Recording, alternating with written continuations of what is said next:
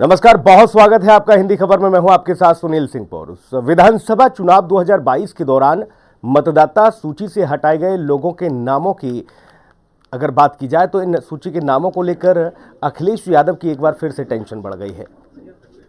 दरअसल आपको ये बता दें कि अखिलेश यादव को इलेक्शन कमीशन ने जवाब मांगा था। हालांकि अखिलेश यादव ने अपने अधिवेशन में एक बयान दिया था और अधिवेशन में ये कहा था कि किस तरह से हर विधानसभा में तकरीबन यादव और मुसलमानों के 20-20 हज़ार वोट काटे गए थे। और इस बयान के बाद करीब एक महीने बाद हालांकि इलेक्शन कमीशन ने नोटिस जारी कर समाजवादी पार्टी के प्रमुख अखिलेश यादव से ये जवाब तलब किया था। उन्होंने पूछा था कि आखिरकार कौन कौन सी वो विधानसभा है, क्या आपके पास डेटा है, क्या सूची है, वो हमको दी जाए। और ऐसे में जब रिपोर्ट मांगी गई अखिलेश यादव से तो अखिलेश यादव की अब टेंशन बढ़ती नजर आ रही है। तो आपको बता दें, साक्ष्य मांगे गए थे इलेक्शन कमीशन के द्वारा अखिलेश यादव से और ये माना जा रहा है कि अखिलेश यादव की अब मुश्किलें बढ़ती जा रही हैं। यूपी के हर जिले में पार्टी पदाधिकारियों को निर्देश अब दिए गए हैं। वोटर लिस्ट से हटाए गए लोगों की सूची बनाने के निर्देश दिए गए हैं। अखिलेश यादव ने एक बयान जो दिया था उसके बाद से अब लगातार सियासी पारा भी हाई होता हुआ नजर आ रहा है। हालांकि अब पार्टी पदाधिकारियों को इस जिम्मेदारी दी गई है अखिलेश यादव के द्वारा कि सभी विधानसभाओं में जाकर सूचियां बनाएं, साक्ष्य जुटाएं, क्योंकि इलेक्शन कमीशन ने अखिलेश यादव से वो साक्ष्य मांगे हैं जिसके आधार पर अखिलेश यादव ने ये बयान दिया था।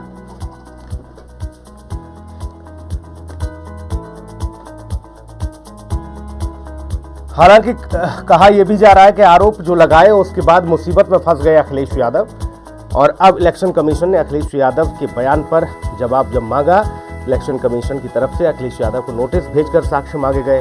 अब समस्या ये हुई कि समाजवादी पार्टी ने पार्टी पदाधिकारियों को अब निर्देशित किया है कि जाएं और जाकर हर विधानसभा में वोटर लिस्ट की सत्यता को परखें और ये देखें कि कहां कहां कितने कितने नामों को काटा गया, क्योंकि आरोप यही लगाया गया था और ये सीधा आरोप था इलेक्शन कमीशन पर। पार्टी एक दूसरे पर आरोप प्रत्यारोप करती हुई नजर आती है, लेकिन संवैधानिक संस्थाओं पर जब सवाल खड़े किए जाते हैं तो जाहिर तौर पर उसके साक्ष्य जरूर आपको पेश करने होते हैं। और यही वजह है कि जब इलेक्शन कमीशन को लेकर ये सवाल किया गया था कि इलेक्शन कमीशन ने भी इस मामले में बड़ा धोखा दिया समाजवादी पार्टी को। उन्होंने कहा कि अमूमन जो है वो सरकार बन गई थी उत्तर प्रदेश में समाजवादी पार्टी की, लेकिन समाजवादी पार्टी की सरकार बनता देख इलेक्शन कमीशन ने भी एक बड़ा खेल किया था। चलिए मेहमानों से आपको रूबरू करा देते हैं। विजय कुमार खेरा है हमारे साथ भारतीय जनता पार्टी से। विजय जी, बहुत स्वागत है आपका। कपिल श्रीवास्तव है हमारे साथ, प्रवक्ता है समाजवादी पार्टी से। कपिल जी, आपका भी बहुत स्वागत है। और निरंजन पोद्दार जी, वरिष्ठ पत्रकार, आपसे कुछ ही देर में हमें ज्वाइन करेंगे। कपिल श्रीवास्तव जी, सवाल आप ही से है, क्या ऐसा नहीं लगता कि ये बयान जो देने के बाद अब मुसीबत में फंस गए हैं अखिलेश जी? सुनील भाई, मुसीबत किस बात की? सांच में कोई आंच नहीं होती। और सबसे बड़ा प्रश्न चिन्ह इस बात पे खड़ा होता है कि आप अगर अपनी कंप्लेंट लेकर के जिस समय जाते हैं उस समय कोई कार्रवाई नहीं की जाती। अब अगर आपने एविडेंसेस मांगे हैं तो वो एविडेंसेस तो आपके पास स्वयं है। क्या चुनाव आयोग के पास जिलाधिकारी नियंत्रण में नहीं है? या जिले की और महानगरों की जो लिस्ट होती है विधानसभा वार, क्या वो उनके पास नहीं हो सकती? किस चीज की एविडेंसेस मांगना चाहिए? हमने आपसे शिकायत की कि हमारे नाम काटे गए हैं, आपको इस पर जांच बैठानी चाहिए, तो आप एविडेंस मांग रहे हैं। जितनी एफआईआर तो किसी आधार पर आरोप लगाया होगा कपिल जी। सुनील भाई सुने, जितने भी एफआईआर कायम की जाती है 154 सीआरपीसी के तहत, उसकी एविडेंसेस क्या वादी लेकर के आता है या पुलिस इन्वेस्टिगेट करती है? इन्वेस्टिगेट करने की अथॉरिटी किसी पार्टी के पास नहीं है और ये चुनाव आयोग नहीं समझता। भाई, आप अपनी एजेंसी से इन्वेस्टिगेट कराइए कि हमारी बात में कितनी सत्यता है या नहीं है। हम तो आपको उपलब्ध कराएंगे, आपने कहा, हम पीछे थोड़ी ना जाएंगे। हमारे पास हर जिले के अंदर जिला अध्यक्ष है, महानगर अध्यक्ष है, सारी सूचियां हैं और पुरानी भी सूची है, आपके पास भी है। लेकिन मैं तो एक बात नहीं समझता, बोफोर्स तोप पे इतनी बड़ी बात की गई भारतीय जनता पार्टी द्वारा, अन्य तमाम कोलगेट घर घोटाला हो या 2G घोटाला हो, कितने एविडेंसेस ये लेकर के सामने आए। जब ये सरकार में थे तब भी तो एविडेंसेस नहीं लेकर के आप, और जिनके ऊपर आप उंगली उठा रहे हैं, हकीकत यही जानिए कि किसने नहीं देखा कि उपचुनावों के अंदर जिस तरीके से पूरे गांव को गांव रोका गया, किसी से छुपा है क्या कि किस बिरादरी के और किस धर्म के विशेष के लोगों को जाने से रोका गया। और ये कंप्लेंट हम लोगों ने की, 5 लोगों का प्रतिनिधि मंडल जा करके। यार दूसरी बात नहीं, नाम काटना अलग और रोकना अलग। सूची में नाम था, उनको काटा गया, आपके साथ भेदभाव हुआ, इसका साक्ष्य अब इलेक्शन कमीशन ने आपसे मांगा है। दो बात मैं कह रहा हूं, इलेक्शन कमीशन को स्वयं जांच करनी चाहिए और एविडेंसेस उसके पास हैं। पूरे समूचे उत्तर प्रदेश का समस्या 2 है कपिल श्रीवास्तव। सुनिए तो समूचे उत्तर प्रदेश की जितनी वोटर लिस्ट है, आपकी बात एकदम जायज कपिल श्रीवास्तव, वो स्वयं क्यों नहीं कर रही है? आपकी बात एकदम जायज, ठीक है, आपने आरोप लगाया, सत्यता जांचनी चाहिए थी, लेकिन समस्या ये भी तो है ना कि जिस संस्था पर, जिस एजेंसी पर, संवैधानिक संस्था पर आप सवाल खड़े कर रहे हैं कि इन्होंने हमारे साथ भेदभाव किया सरकार के दबाव में आकर, इन्होंने हमारे नाम काटे, अब उसी से जांच करवाओगे? फिर वही बात, क्या कोई वोटर लिस्ट पचा लेगा? पहले की पचा लेगा कि वर्तमान जो दस्तावेजी साक्ष्य उनको परिवर्तित नहीं किया जाता, जो चश्मदीद होते हैं उनको परिवर्तित किया जा सकता है, लेकिन जो सर्कमस्टेंशियल एविडेंसेस होते हैं या कोई दस्तावेजी साक्ष्य, उसको कोई बदल नहीं सकता। ठीक ठीक, अब तो आपको साक्ष्य प्रमाण और ये सब जुटाने के लिए कह दिया गया है। आपके ऊपर शिकायत की गई है और आप स्वयं उसकी जांच क्यों नहीं निष्पक्ष किसी एजेंसी से करा ली? और हम तो आज भी पीछे नहीं हट रहे हैं। आपने कहा आप मुसीबत में, हम लोग कोई मुसीबत में नहीं। हमारे लोगों के वोटिंग का अधिकार काटा गया, लोकतंत्र के अंदर उनके लोक मतों का अधिकार का हनन किया गया। वही सबूत तो मांगे जा रहे हैं, और क्या कोई नया वो तो मांगा नहीं जा रहा? मैं तो 20 बार कह रहा हूं सुनील भाई, ईश्वर ना करे कि किसी दिन आपके घर चोरी हो, उसके बाद पुलिस वाले आपसे सबूत मांगे कि किसने चुराया, जाओ एविडेंस लेके आओ। कौन सा एविडेंस लाके आप देंगे? बिल्कुल अलग विषय है, सब बिल्कुल अलग विषय है, बिल्कुल शायद इससे मैच नहीं करता। विजय खेरा जी, चुनाव आयोग के पास स्वयं है, जिस संवैधानिक एजेंसी पर आप सवाल खड़े करें और ये कहें कि आप लोग हमारे साथ भेदभाव कर रहे हो और हमारे इतने इतने लोगों को 20-20 हजार एक विधानसभा में आप लोगों ने हमारे वोट काटे हैं, तो इसका सबूत तो आपको देना होगा ना भाई। मैं तो कह रहा हूं कि वोटर लिस्ट भी चुनाव आयोग उसके पास होती है, उसके नियंत्रण में। जो चीज उसके नियंत्रण में है वो स्वयं क्यों नहीं देख लेती? विजय कुमार जी। हाँ जी, देखिए, अब पहले तो इनके एक उदाहरण का जवाब दे दूं मैं। ये जो कह रहे थे कि चोरी होगी तो चोर पकड़ना तो काम पुलिस का है, लेकिन चोरी क्या हुआ ये तो बताओगे कि घर में जो चीज चोरी हुई थी हमारी? बता तो दिया कि मतों की चोरी थी। एक सेकंड, चोरी का सामान तो आप बताना नहीं चाहते हो। बता तो रहे मतों की चोरी की गई, वोटिंग लिस्ट से नाम काटा गया। अब कैसे खेरा साहब आपको बताएं? आप बीच में बोले, एक सेकंड कर भैया, रुक जाओ कभी से, रुक जाओ। मतों की चोरी तो ऐसे हुआ ना कि जैसे आपने लिखवा दिया जी हमारे सामान की चोरी हुई है। सामान तो बताओ कहाँ पर हुई, कब हुई, कैसे हुई, पहली बात। दूसरी बात यह है कि चुनाव आयोग को ये शक्ति ही प्रदान नहीं है कानून में किसी भी तरह की कि वो कोई वोटर को डिलीट कर दे बिना एविडेंस के या बिना उसकी जांच के या बिना आपकी शिकायत के। कोई ही नहीं सकता, ये कभी पावर नहीं है। और उन्होंने क्लियर करके बोल दिया इलेक्शन आयोग में, ये पावर हमारे पास नहीं है डिलीट करने की। डिलीट का एक सिस्टम बना हुआ है वहाँ एसडीएम या पहले। अच्छा, दूसरी बात, आगे चलिए, जिस समय वोटर लिस्ट बनती है उस समय पहला अवसर होता है घटनाएं जोड़ने का। छोड़ दीजिए, चलो आपने वो छोड़ दिया। दूसरी बात, जब वोटर लिस्ट बन जाती है तो सारी रिकॉग्नाइज्ड पार्टी को लिस्ट भेजी जाती है। आपको भी भेजी गई थी, तब भी आप सो रहे थे। आप कह रहे कि आपके पास 2 थे। समाजवादी पार्टी के प्रवक्ता जी का कहना है कि दोनों लिस्टें हमारे पास, पुरानी भी नई है। जब आपको नई भेजी गई थी तो मिलान क्यों नहीं किया आपने? दूसरी बात, जब आप चुनाव लड़ रहे थे तब आपने नहीं कहा, पहले नहीं कहा, हार गए, बर्बाद हो गया। स्पीच देते समय कभी कोई भी चीज नेता जी को याद आ जाती है, कुछ भी बोल देते हैं वो अपना। अभी उनके पूरा देख रहे हैं, चुनाव आएंगे, इलेक्शन होगा, लोकसभा आएंगे तो कुछ ना कुछ मुस्लिम यादव को इकट्ठा करो कि तुम्हारे वोट काटे गए। एक और बात है, एक ही शिकायत उनकी कोई दर्ज हुई अभी तक आज तक, और वो किसी ने भी 10,000 दे दो सुनील भाई जी खेरा साहब, ठीक ठीक खेरा ठीक साहब एक बात कह ठीक ठीक ठीक है आपने कपिल जी, अपनी कुछ बुनियादी बातें विजय कुमार जी ने कही। ये मामूली बुनियादी मसला बातें नहीं, नहीं। बहुत सारी बातें अभी आपको बुनियाद को हिला- दो लिस्ट है आपके पुरानी भी है, आपको नई भी मिली, मिलान कर लेते बार हैं। बार कह रहा हूँ, मैं आपको बार बार निवेदन कर रहा हूँ, इन्होंने बुनियादी बातें नहीं कही है, इन्होंने बुनियाद हिलाने वाली बातें की। ये कह रहे हैं कि कहाँ चोरी हुई, कब चोरी हुई, आपने बताया नहीं। हमने उसी समय कंप्लेंट जिला अधिकारी को किया, जिला अधिकारी ही निर्वाचन आयोग के द्वारा उसकी शक्तियों को एग्जीक्यूशन करता है कि नहीं करता, उसके सब डिविजनल मजिस्ट्रेट करते हैं कि नहीं करते, नायब तहसीलदार करते हैं कि नहीं करते, क्या चुनाव आयोग की अलग पूरी भारत में टीम बनी हुई है क्या हर एक जिले के लिए? तो कैसी बातें आप कर रहे हैं? नहीं दो चीजें हैं कपिल श्रीवास्तव जी, हालांकि शिकायत की है, उस चुनाव को जितना आप लोग धरातल पर जाकर लड़े, उतना धरातल पर जाकर रिपोर्टिंग भी हमने की। उसमें हुआ ये था, आप लोगों ने कई बार आरोप लगाए कि हमारे लोगों को वोट डालने से रोका जा रहा है, प्रशासन दबंग नहीं कर रहा है, लेकिन वोटर लिस्ट लेके आप लोग नहीं गए भैया।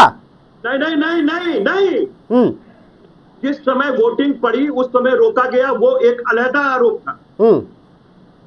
ये जिस समय ये मतदाता बनाए जाते हैं, बढ़ाए जाते हैं और घटाए जाते हैं, उस समय की बात है। हमने इस कंप्लेंट को किया कि सूची से हमारे लोगों का नाम काटा गया है प्रत्येक जिलाधिकारी के उसकी तो फिर रसीद भी होगी आपके पास कंप्लेंट की, निरंजन पोद्दार जी। पत्र आप मुझे बताइए ना कि रिसीविंग कौन देता है? ठीक मुझे बताइए कि रिसीविंग कौन देता है? आजकल तो बहुत कुछ चीजें हो गई हैं कपिल भैया, अब तो लोग नामांकन दाखिल करने के लिए जाते हैं तो बाकायदा रिकॉर्डिंग होती है, ढोल लगाने के साथ जाते हैं। जरूर है, ठीक है रुक जाओ, पेपरों की कटिंग हमारे पास है कि प्रतिनिधि मंडल जाके मिला, आपत्ति किया और अपनी शिकायत प्रार्थना पत्र दी। ठीक ठीक ठीक, ये एविडेंसेस हमारे पास। ठीक है कपिल जी, ठीक है। निरंजन पोद्दार जी, मैं आऊंगा, खैरा साहब आपके पास आऊंगा, अभी निरंजन जी हमारे साथ हैं। सारी डिबेट का मतलब ही नहीं रह जाएगा। ठीक है रुक जाइए निरंजन पोद्दार जी। ऐसी स्थिति बन गई है, बोले ना ऐसा भी होगा वैसा भी होगा ये भी होगा, और हम क्यों ये सब करें, जांच एजेंसी खुद जांच करे, निर्वाचन आयोग को खुद जांच करनी चाहिए। देखिए सुनील जी, यही चीज देख करके बड़ा हास्यास्पद लगता है कि कोई भी किसी भी प्रकार का अनर्गल या किसी भी प्रकार का आरोप, जैसे आपने पूर्व में देखा था ईवीएम जो था, ईवीएम के ऊपर बहुत ज्यादा हो हल्ला हुआ, और जब चुनाव आयोग इस चीज से बहुत ज्यादा द्रवित हो गया तो उन्होंने ईवीएम का हैकाथन का एक शिविर का आयोजन किया था, और तमाम राजनीतिक पार्टियों को उन्होंने चुनौती दी थी कि आप आइए हमारे शिविर में और आकर के ऊपर से इस्तेमाल कीजिए। मदरबोर्ड छोड़ने की अनुमति नहीं थी। रुक जाओ कपिल भैया, रुक जाओ, मदरबोर्ड मत लाओ बीच में, रुक जाओ। नहीं क्यों नहीं, जब ये कहेंगे तो हम कहेंगे इस बार। रुक जाओ, अच्छा ये सवाल आप लोग अदालत में नहीं उठाते हो जाके? क्यों नहीं लगा उठाते? ठीक है कपिल श्रीवास्तव, ठीक 30 लाख ईवीएम मिसिंग है भारत की। ठीक है रुक जाओ, समाजवादी पार्टी और इनके प्रवक्ता रुक जाओ, बात तो आने दो। निरंजन पोद्दार जी कंटिन्यू। अगर सुनील जी ईवीएम इतनी संदेहास्पद है तो फिर चुनाव लड़ने की आवश्यकता क्यों नहीं है? क्यों है? आप मुझे बात बताइए, जितनी तमाम राजनीतिक पार्टियां हैं, भारतीय जनता पार्टी को छोड़ करके सारी की सारी चुनाव का बहिष्कार क्यों नहीं कर देती? सारे के सारे, जब पंजाब के अंदर आम आदमी पार्टी पूर्ण बहुमत से यानी कि विशाल मेजोरिटी से चुनाव जीतती है तो ईवीएम ठीक है, लेकिन वही आम आदमी पार्टी किस तरीके से ईवीएम को हैक करने की वीडियो बना करके लोग, बंगाल में भी ऐसा ही हुआ, बंगाल में भी जीते। राजनीतिक समाज को ये चीज सोचनी चाहिए कि संवैधानिक संस्थाओं के ऊपर डालेंगे। आप अपनी ईवीएम तो कहीं ना कहीं आप इस देश की जनता के साथ और इस लोकतंत्र के साथ मेरे हिसाब से आप अपराध कर रहे हैं। बहुत गंभीर अपराध है। मध्य प्रदेश के इलेक्शन के अंदर मैं आपके चैनल के माध्यम से सुप्रीम कोर्ट से चुनाव आयोग ने क्या कार्रवाई की, इस चीज की मैं मांग करता हूँ कि कम से कम एक ऐसा मैकेनिज्म बनाया जाए कि अनर्गल आरोप इन संवैधानिक संस्थाओं पे नहीं लगाया जाए। लेकिन यहाँ पे तो हो क्या गया है, अब देखिए चुनाव आयोग, सुनील जी आपको पता होगा, चुनाव आयोग हर साल 2 साल 3 साल के अंदर अपनी जो मतदाता सूची है उसको रिवाइव करता है, उसको दुरुस्तीकरण करता है कि कोई आदमी यहाँ रहता था, यहाँ से छोड़ करके दूसरे एरिया में चला गया तो उसका जो वो वोट है यहाँ से काट करके वहां बनेगा। और उसके बाद में चुनाव आयोग इस चीज के लिए भी सबको एक नोटिफिकेशन जारी करता है कि भाई सारे लोग अपना वोट चेक कर लीजिए, अगर आप किसी के वोट के अंदर कोई कमी है, कोई त्रुटि है तो वो भी आप ठीक करवा सकते हैं, हमारे पास इतनी तारीख तक अप्लाई कर सकते हैं। ये हर चुनाव से पहले वहां पे एक प्रक्रिया होती है। तो उस टाइम जो वोटर है जिसके बारे में ये कह रहे हैं कि उनका नाम काट दिया गया, वो वोटर सबसे बड़ा सवाल निरंजन जी, राजनीतिक पार्टियां जो है सबसे बड़ा सवाल 20,000 वोट काट दिए, 30,000 वोट काट दिए, समझ से परे सुनील जी। मुझे सबसे बड़ा सवाल, हर एक विधानसभा में अगर यही स्थिति थी और मान लो वे धुर वोटर थे समाजवादी पार्टी के, तो बड़ा बवाल हो जाता चुनाव से पहले। ऐसा देखने को मिला नहीं। ठीक, खेरा साहब अब आपके पास आऊंगा। मैं यही कह रहा था कि देखिए, मैंने अभी आपको गिनाया था, इनको 3 अवसर मिलते हैं, उन 3 अवसरों पर ये चुप थे, इनको नहीं मालूम था कि चुनाव हार जाएंगे, ये उस समय जोश में थे कि हम सरकार बनाएंगे। दूसरी बात, इतनी की बात करके इन्होंने उत्तर प्रदेश के 80 जिलाधिकारी और 400-500 SDM की निष्ठा पर चिन्ह लगाया है। तो चुनाव आयोग ये कुछ नहीं कर सकता, ना उसे मालूम होता है कौन मुसलमान है कौन हिंदू है, ना उसके पास इतनी फुर्सत है, ना उसके पास कोई मशीनरी है। मशीनरी के अंदर जिलाधिकारी और SDM ही है, या उनकी कार्यकर्ता है जो जाते गाँव चुनाव और वोटर बनाते हैं। वो कोई टीचर होते हैं, कोई लेखपाल होते हैं, कोई होता है। तो ये कहना चाह रहा हूँ कि उन्होंने इस मशीनरी के ऊपर चिन्ह लगाया है पूरे के पूरे। आपको बता दिया 400-500 ऑफिसर के ऊपर मतलब जो पूरी निष्ठा से काम करते हैं, जो कभी आज तक पकड़े नहीं गए, क्योंकि इनकी सिर्फ एक ही शिकायत कर रही थी उस दरमियान, वो थी अलीगंज में। और समाजवादी पार्टी के नेता ने लिखा था चुनाव आयोग को कि 10,000 यहाँ पर वोट हटा दिए गए हैं।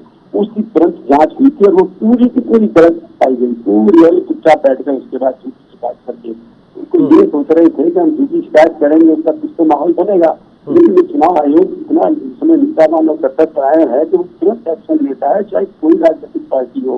बाकी अब इनको जवाब देना है, जवाब देते इनसे बनना है। नहीं, मैं आज लिख के देता हूँ, या तो माफी मांगेंगे अखिलेश यादव जी, या चुपचाप बैठ के वक्त गुजार रहेंगे। इसके अलावा इनके पास कोई चारा नहीं। अभी तो उन्होंने बता दिया कि सबको आदेश दे दिया है कि जाओ सब लोग लेके आओ 20-20 हजार जो हमने कहा था।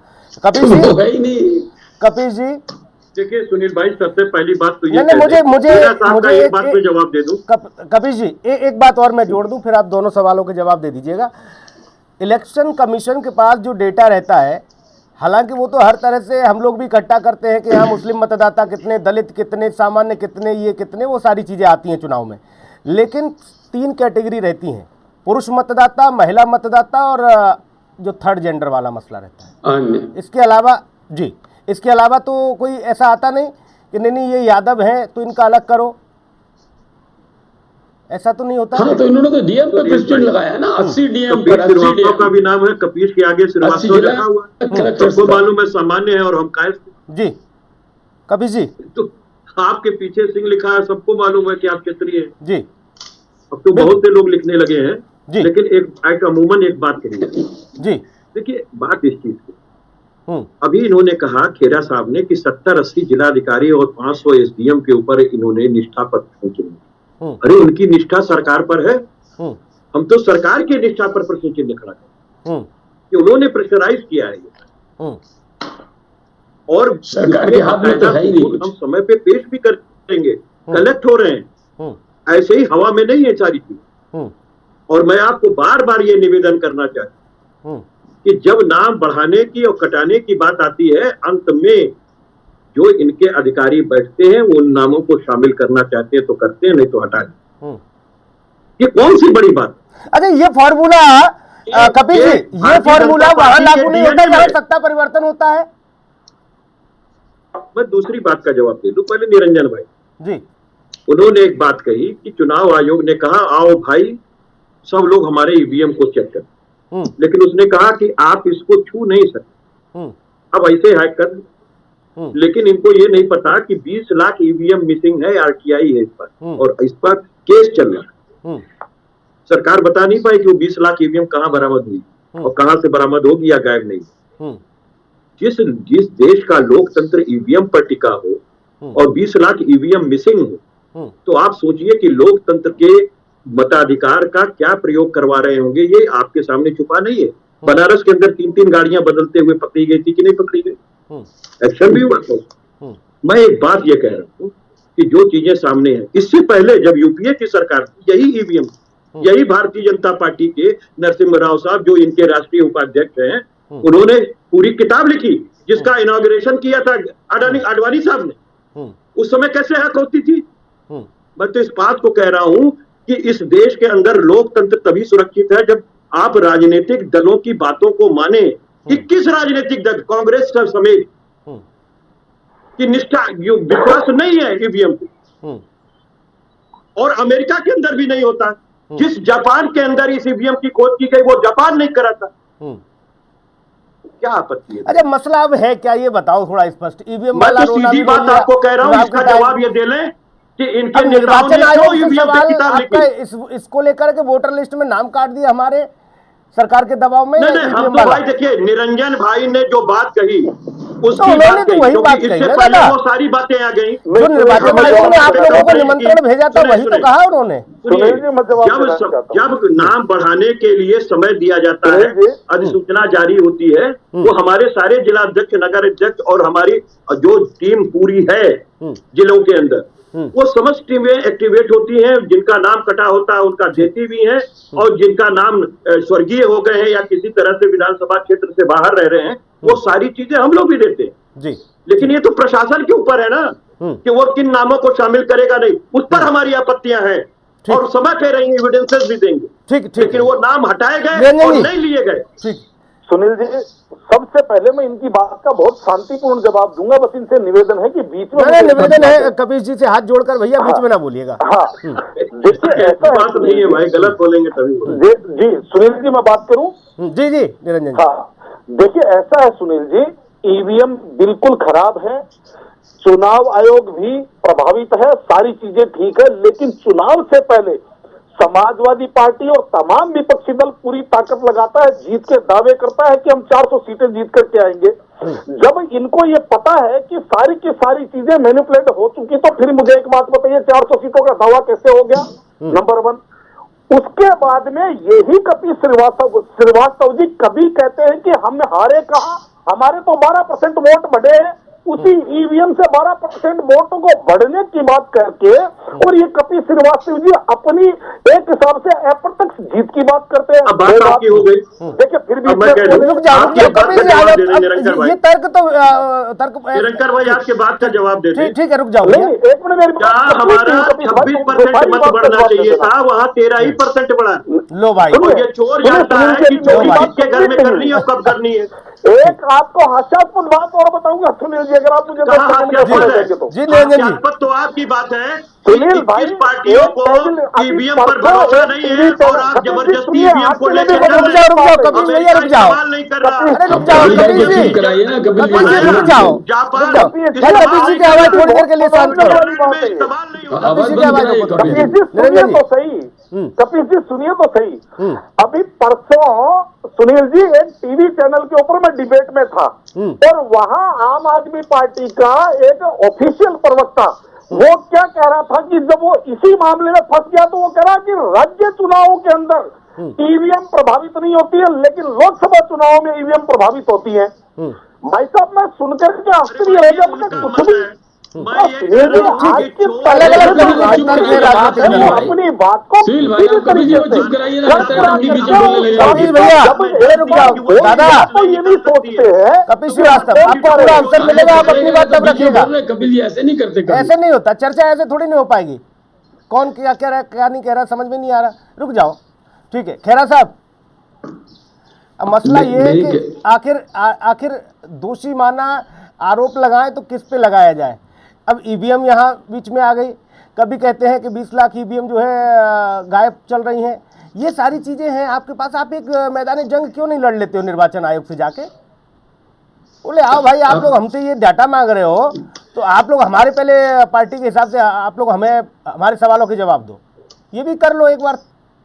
आपका पिछला लोकसभा चुनाव हम आपको याद दिलाते हैं। आपका उत्तर तो प्रश्न में ही आपने पिछला लोकसभा चुनाव, क्या उनसे आप उत्तर लेना चाहते हैं? अरे इनको पहले इनको बोल लेने दीजिए। बहुत संक्षेप में, समय ज्यादा नहीं मेरे पास। कपिल भैया रुक जाओ। कपिल जी कभी ऐसा करते नहीं, आज वीक विकेट पे खड़े हैं ना, 0 पे आउट है इसलिए कर रहे हैं सब हरकत, वैसे नहीं करते कभी। हमने आपको 2-3 बातें बताई हैं। अब आप इस 2019 के लोकसभा चुनाव में इनकी 5 सीटें आई और बासापा की 10 आई। तो ईवीएम मशीन का क्या हुआ भाई? तुम्हारे पास वोट नहीं थे, लोगों ने तुम्हें वोट नहीं दिया, मायावती तुमसे दुगनी सीटें ले गई थी बीएसपी, तब क्या हुआ? ईवीएम मशीन की बात तो बेकार हो गई ना, फिर तुमसे तो दुगनी सीटें वही ले गई। दूसरी बात, अभी इनकी कुल मिला के इस चुनाव में एक शिकायत आई थी अलीगंज की कि 10,000 वोट हमने नकली उनके काट दिए गए हैं, असली वोट। उस पर पूरी इंक्वायरी हो गई, इंक्वायरी की रिपोर्ट आ गई। तीसरी बात, अगर आप शिकायत करते हैं, आपके पास दोनों लिस्ट उपलब्ध थी। पहली चीज तो शुरू में जब वोटर बनते हैं तब घर घर जाते हैं, उस समय आप पे पहला अफसर होता है जिला यूनिट पे। उसके बाद स्टेट यूनिट पे रिकॉग्नाइज्ड पार्टीज को पूरी लिस्ट भेजी जाती है कि अब ये लिस्ट आई है, और तब आपको मौका होता है उस पर पुरानी नई में जोड़ने घटाने का। तब आप बता सकते हैं हमारे ये गायब हो गए, तब भी आप सो रहे थे। चुनाव हो गया, चुनाव हारने के बाद भी आप सो रहे थे। ये उसी तरह की बात है जैसे कई बार राहुल गांधी आरोप लगाते हैं, बाद में माफी मांगते हैं। ठीक है, आपकी बात आगे सब इजाजत नहीं देता, लेकिन एक बात जरूर है, कभी कभी राजनेता अपने कार्यकर्ताओं का मनोबल बढ़ाने के लिए ऐसे तर्क दे जाते हैं, ऐसी बातें कह जाते हैं, फिर बाद में बड़ी फजीयत होती है। फिर वही कार्यकर्ता कहते हैं लो भैया जरूरी था क्या, ये हमारा तो वैसे ही मनोबल बढ़ा था, काहे आप ये सब बोल दिए, अब फंस गए मुसीबत में। ये बड़ी समस्या है, इन सारी चीज़ों से थोड़ा सा समझना होगा बाकी राजनीतिक दलों को। बहुत धन्यवाद खेरा साहब, आप हमारे साथ जुड़े, कपिल भैया आप जुड़े, निरंजन जी आप जुड़े, बहुत शुक्रिया। खास कार्यक्रम में इतना ही, नमस्कार।